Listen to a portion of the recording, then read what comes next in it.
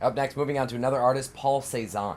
Yeah, I mean, one of the icons of. I mean, not that any of the other ones weren't, but he's Right. he's probably best known as an artist that actually of, I believe the top 10 pieces ever sold. He still holds at auction. He still holds two of the records of that. Wow. One piece back in the late '80s selling for almost $100 million. Wow. So.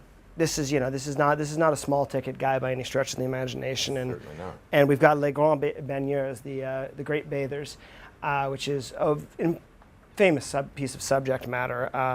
In fact, the original for these, one of them is in the Museum of Modern Art, and another one is in the National Gallery in London. So you're in good company. Yes. And the one in the Museum of Modern Art is actually enormous, covers a whole wall. Wow. But this is it. This is exactly the same piece, and you can have the same.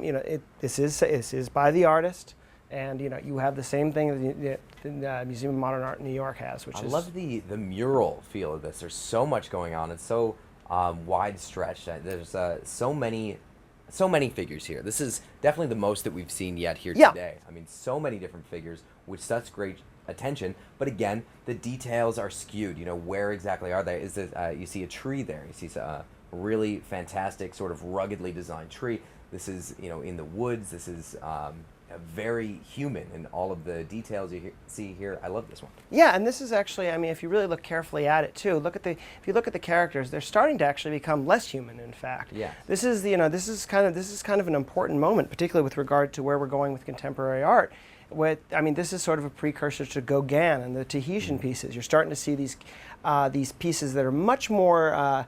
They're almost like almost totems. I mean, the figure in the top left isn't quite totally done in many ways. She's more of a totem than she is actually a person. Yeah. And and if you stuck a Gauguin right next to this, you would be shocked at how similar they were. I mean, these guys are. This is the advancement of the art in many ways. I mean, I think I saw a sketch very similar to this go at auction for about 1.6 million. Wow. And that was just as a sketch, roughly the same size as this one. Wow. And this one here, just $799. Yeah, which is my math's terrible, but as I recall, that'd be a lot less, a lot more affordable to the. This is one that I feel I would always want to get closer to this, even from this far away that we see in the shot here. Such great detail. You want to get closer and see. Well, more. yeah, and I think that's one of the things you have to remember is sometimes you forget that the size of these things, and the difficulty in working in miniature is unbelievable. I mean, it takes a steady and incredibly skilled hand to get anything like this. Yes. And and look how beautifully rendered everything is. I mean, this is truly a painting and an etching for all intents and purposes. Right. There's a foreground, there's a background. Everything is developed, everything is finished. This is not something that would be used as, this might be used as a sample, but this is the sort of thing you'd paint off of, So Yes. that's probably of the things we've had, that would be sort of the biggest ticket. That's something you could walk into two of the most important museums in the world and see an exact replica of it. Wow. Just bigger and painted. Right. Sure. I love the depth there, the shading, the black. Yeah, really it's great so piece. complete. It's such a wonderful thing. And if you want, that's sort of it kind of represents almost the end of Impressionism and starting to get really into contemporary art. Sure.